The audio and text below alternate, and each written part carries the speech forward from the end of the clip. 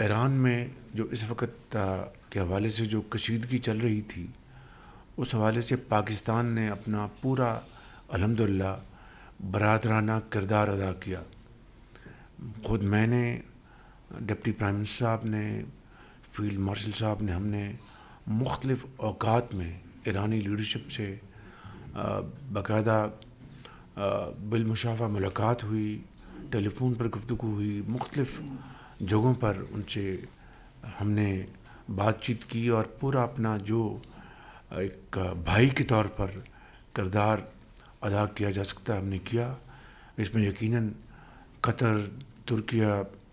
مصر، عمان، سعودی عرب، یہ تمام جو اسلامی ممالک میں شامل ہیں،